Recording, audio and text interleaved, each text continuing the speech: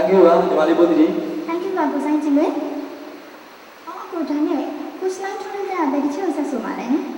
အခုကိုစလိုင်းထွန်းလင်းတဲ့ဒီဆိုမဲ့ချင်းလေးကတော့ Aran Changwe Mo လို့မြည်ရတယ်ညီမလေး မလို့ဟောကိုရဲ့ ဟောညီမလေးမြန်မာလိုသိချင်လို့လား သိချင်တာပေါ့ကိုရဲ့ မြန်မာလိုကြတော့ဖြစ်နိုင်ပါမလားလို့မြည်ရတယ်ညီမလေး ဖြစ်နိုင်လို့ထင်တယ်မဟုတ် ဖြစ်နိုင်ပါလေညီမလေး ဟာမဖြစ်နိုင်ပါဘူး ကိုကြီးသိတာတော့ဖြစ်နိုင်တယ်နော်ညီမ ဖြ လေး စ်နိုင်ဘူး ကဲညီမလေးနဲ့ကိုကြီးနဲ့ဖြစ်နိုင်မဖြစ်နိုင်ညင်းနေမဲ့အစားကိုစလိုင်းထွန်းလင်းတန်းကဖြစ်နိုင်မဖြစ်နိုင်ဆိုတာသူ့တချင်းလေးနဲ့သူပေါ်ပြသွားလိုက်မယ်နော်ကဲတို့နားဆင်ကြအောင်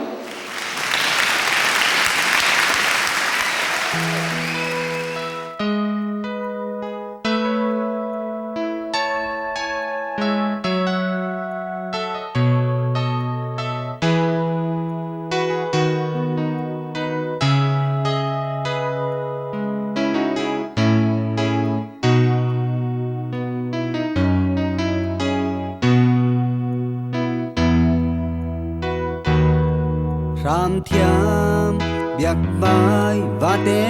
o lung lên nak thu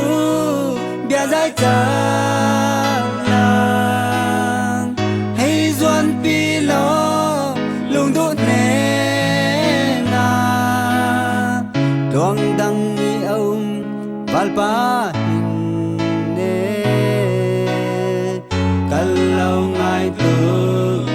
đô tê lên nát đang hi đang mắn dê rin tên mò luôn cả tu tê căn tiêm bia thu khi lâu tê đam tê căn ton salong Hindi ariam di lung du te